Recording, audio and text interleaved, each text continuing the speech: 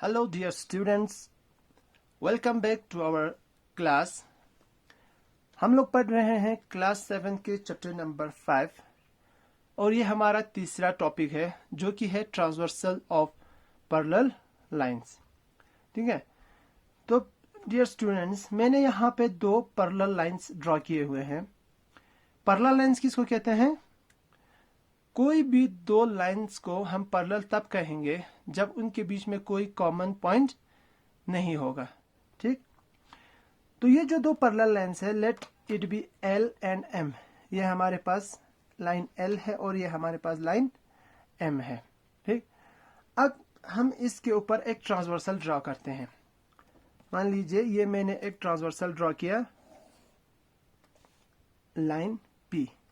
ठीक, line P हमारा क्या हो गया? ट्रांसवर्सल हो गया लाइन एल और लाइन एम के लिए। तो हमारे पास कितने एंगल्स बन गए? यहाँ पे 8 एंगल्स बन गए, जिनके बारे में हमने इससे पहले वाले लेक्चर्स में भी पढ़ा था। ठीक है, तो ये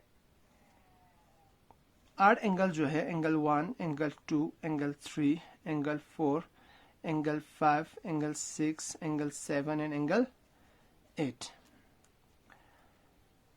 तो अब इसमें ये जो एंगल है, एंगल 2 और एंगल 5 को अगर आप इन दोनों को मेजर करते हैं तो चलिए हम देखते हैं मेजर करके कितना आते हैं। जो एंगल 2 है उसके मेजरमेंट कितना है? इसकी मेजरमेंट आ रहे हैं,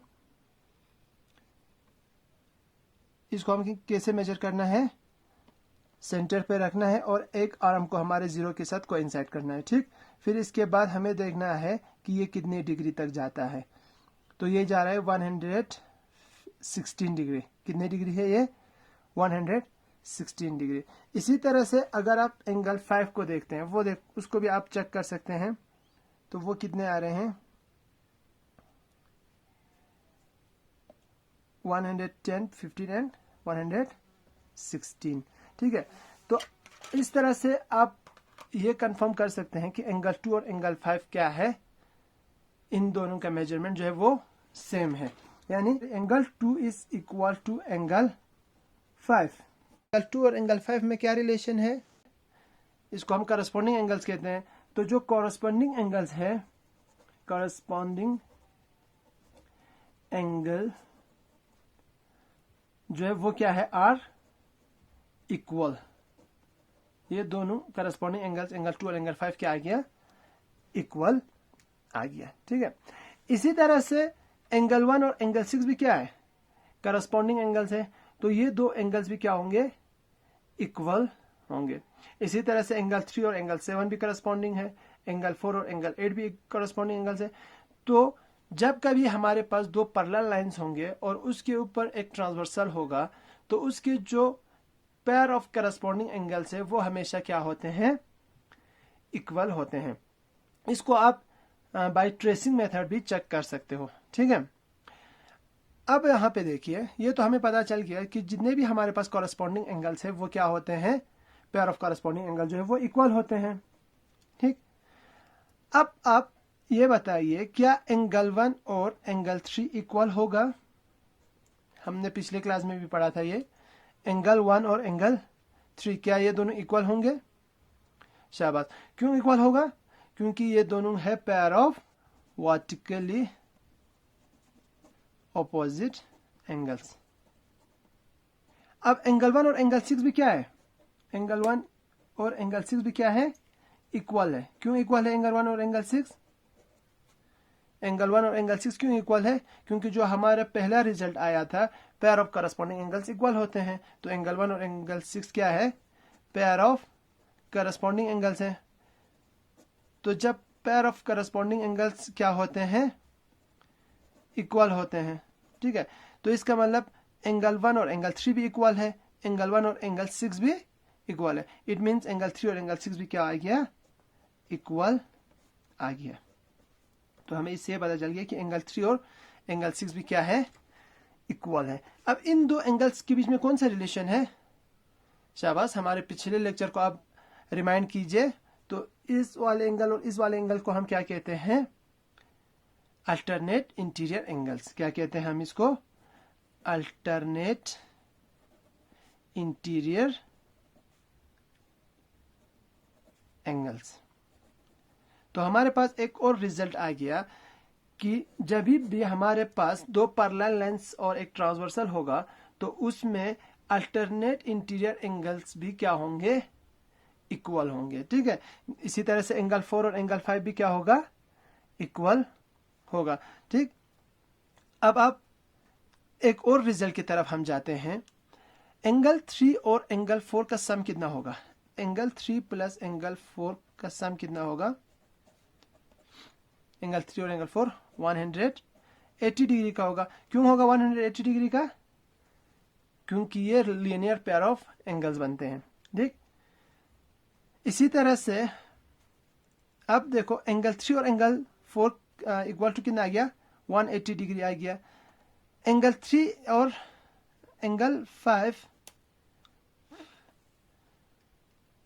5 जो है वो बराबर है किसके, एंगल 4 के। Angle 5 is equal to angle 4। क्यों बराबर है, एंगल 5 और एंगल 4 क्यों बराबर है, जो हमारा पहले वाला कंडीशन था उसके हिसाब से। शाबाश, alternate pair of alternate interior angles हो गए। ठीक, जब ये दोनों pair of alternate interior angles हो गए तो ये दोनों एंगल्स क्या होंगे, इक्वल होंगे। इसका मतलब एंगल 3 और एंगल 5 कितना होगा, एंगल 3 प्लस एंगल 5 कितना होगा, यहाँ पे देखिए एंगल 3 और एंगल 4 180 के बराबर है। ठीक, लेकिन एंगल 4 जो है वो एंगल 5 के इक्वल है। इसका मतलब एंगल 3 और एंगल 5 भी कितना होगा, 180 डिग्री का होगा। ठीक, तो ये जो दो एंगल्स है एंगल 3 और एंगल 5, इन दोनों में कौन सा रिलेशन है, शाबाश, इनको हम कहते हैं pair of angles on the same side of transversal. ठीक है, पेयर ऑफ इंटीरियर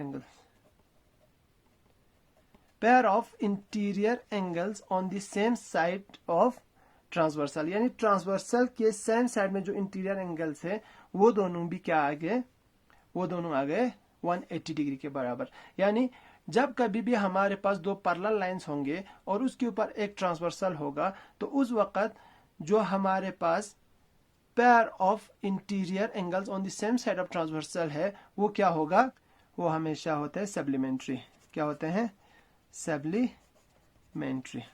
ठीक है बच्चों, तो हमने क्या जाना अभी तक, 3 पॉइंट्स हमें पता चल गए। सबसे पहले जब भी हमारे पास दो पैरेलल लाइंस के ऊपर एक ट्रांसवर्सल होगा उसके सारे करस्पॉन्डिंग एंगल्स क्या होंगे, इक्वल होंगे। और जितने भी pair of alternate interior angles है वो भी क्या होगा, इक्वल होगा। और जो pair of interior angles on the same side of transversal है वो हमेशा क्या होंगे, सप्लीमेंट्री होंगे। ठीक है, तो ये 3 पॉइंट्स बहुत इंपॉर्टेंट पॉइंट्स हैं in relation with parallel lines. ठीक है बच्चों, तो उम्मीद करते हैं आप लोगों को ये समझ में आ गया होगा। चलिए अब हम आगे बढ़ते हैं। अब इन्हीं जो पॉइंट्स को हमने यहाँ पे बताए हैं, अब हम इसी को लेकर इसके रिवर्स में जाते हैं। यानी अगर हमारे पास कोई भी दो लाइंस दिया गया हो, ठीक है, फॉर एग्जांपल हमारे पास दो लाइंस दिए हैं और उसका एक ट्रांसवर्सल भी दिया हुआ है, उसका एक क्या दिया हुआ है, ट्रांसवर्सल दिया हुआ है। तो हम कैसे बता सकते हैं कि ये दो लाइंस जो है वो पैरेलल हैं या नहीं है। ठीक है, क्या हम बता सकते हैं, हमारे पास कोई तरीका है जिससे हम ये बता सकते हैं कि ये दो लाइंस जो है लाइन P और लाइन Q ये दोनों पैरेलल है। तो इसको हम कैसे बता सकते हैं, यह हमारा लाइन L हो गया। ठीक है, तो जब भी हमारे पास दो लाइंस दिए होंगे जैसे कि लाइन P और लाइन Q है और हमें ये पूछा गया हो क्या ये दो लाइंस जो है वो पैरेलल है, तो हम क्या करेंगे, सबसे पहले जो ट्रांसवर्सल हमने ड्रॉ किया है उसमें हम अल्टरनेट इंटीरियर एंगल्स को ले सकते हैं। फॉर एग्जांपल मैं ये दो एंगल्स ले लेता हूँ, ये और ये वाला एंगल। ये दो एंगल्स कौन से एंगल हो गए, अल्टरनेट इंटीरियर एंगल्स हो गए। अगर ये दो एंगल्स इक्वल आ गए, यानी अगर ये दो एंगल्स का मेजरमेंट जो वो सेम आ गए, तो क्या हम कह सकते हैं कि ये जो हमारा दो लाइंस है वो पैरेलल लाइंस है, डेफिनेटली। अब एक एग्जांपल मैं आपको देता हूं। सबसे पहले आप क्या कीजिए, एक लाइन ड्रॉ कर दीजिए, ठीक है। फॉर एग्जाम्पल ये मैंने एक लाइन ड्रॉ किया, लाइन एम, ठीक। अब मैं क्या करता हूं, इसी लाइन के ऊपर मैं एक परपेंडिकुलर ड्रॉ करता हूं। परपेंडिकुलर किसको कहते हैं, जो 90 डिग्री एंगल का हो, ठीक है। मैं इस पॉइंट पे एक परपेंडिकुलर ड्रॉ करता हूं इसका, यानी जिसका एंगल जो है वो 90 डिग्री हो, ठीक। तो ये एक परपेंडिकुलर आ गया, इसके ऊपर 90 डिग्री पे हमने रखे और हमने क्या किया, इसके ऊपर एक परपेंडिकुलर ड्रॉ किया, ठीक है। मान लो ये हमारा एक और लाइन है जो हम, जिसका नाम है लाइन एल।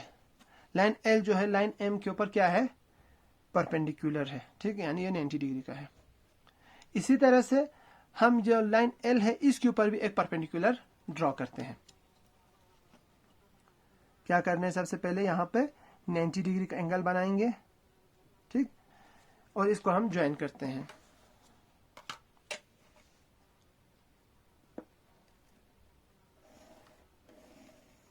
ठीक है, तो ये आ गया हमारा एक और line, let it be line N, ठीक है, जो कि हमारे लाइन एल के ऊपर क्या है, परपेंडिकुलर है, ठीक। अब आप ठीक से देखिए, यहाँ पे हमने क्या किया, एक लाइन बनाया था एम, जिसके ऊपर हमने एक परपेंडिकुलर लाइन ड्रॉ किया एल, और उसी लाइन एल पे एक और परपेंडिकुलर ड्रॉ किया एन। क्या आप बता सकते हैं लाइन एन और लाइन एम जो है वो पैरेलल है? लाइन एन जो है वो पैरेलल है लाइन एम के। क्या आप बता सकते हैं कैसे हो गया ये दोनों पैरेलल? सिंपल एक है। अब आप बताइए ये वाला एंगल हमारा कितने डिग्री का है? 90 डिग्री, क्योंकि ये परपेंडिकुलर है। ये वाला एंगल भी कितने डिग्री का है? 90 डिग्री का, यानी ये भी परपेंडिकुलर है। अब आप इसको अगर ट्रांसवर्सल के नजर से देखते हैं तो लाइन एन और लाइन एम जो है दो लाइन्स हो गए, और एल क्या हो गया, इसके ऊपर एक ट्रांसवर्सल हो गए। और ये जो एंगल 1 और एंगल 2 ये कौन से एंगल्स बन गए? Pair of angles on the same side of transversal, यानी ट्रांसवर्सल की सेम साइड में दो इंटीरियर एंगल्स बन गए, ठीक। और ये दो एंगल्स का सम कितना आ रहा है? 180 आ रहा है, यानी angle 1 plus angle 2 is equal to आ गया 180 डिग्री, यानी sum of the angles on the same side of transversal is equal to 180। तो इसका मतलब ये दो लाइंस क्या हो गए? पैरेलल हो गए, क्योंकि हमने कहा था जब कभी भी दो पैरेलल लाइंस होंगे तभी जाके उनका जो pair of interior angles on the same side of transversal जो है वो क्या होगा? सप्लीमेंट्री होगा, ठीक है। तो इस तरह से हमें ये प्रूफ हो गए कि लाइन एम और लाइन एन जो है वो क्या है? पैरेलल है, ठीक। तो बच्चों आप लोगों को ये समझ में आ गया होगा कि जब भी हमारे पास कोई भी दो लाइन दिए होंगे और अगर आपको ये कहा जाए कि वो दो लाइंस पैरेलल है, प्रूफ करने के लिए आपको कहा जाए, तो आप कैसे करोगे? आप उस पर सबसे पहले ट्रांसवर्सल ड्रॉ करेंगे, फिर उसका कोई भी 3 पॉइंट्स जो हमने इससे पहले किए थे, अगर उसका pair of corresponding angles equal होंगे तो वो दो लाइंस जो है पैरेलल हो जाएगा, या अगर उसमें pair of alternate interior angles equal हो गए तब भी वो क्या हो जाएगा? पैरेलल लाइंस होगा, या उसके अंदर जो interior angles on the same side of transversal है वो अगर सप्लीमेंट्री होते हैं तब भी वो दो लाइंस क्या होंगे? पैरेलल्स होंगे, ठीक है। तो बच्चों उम्मीद करता हूं कि आप लोगों को यहां तक समझ में आ गया होगा। Thank you, have a nice day.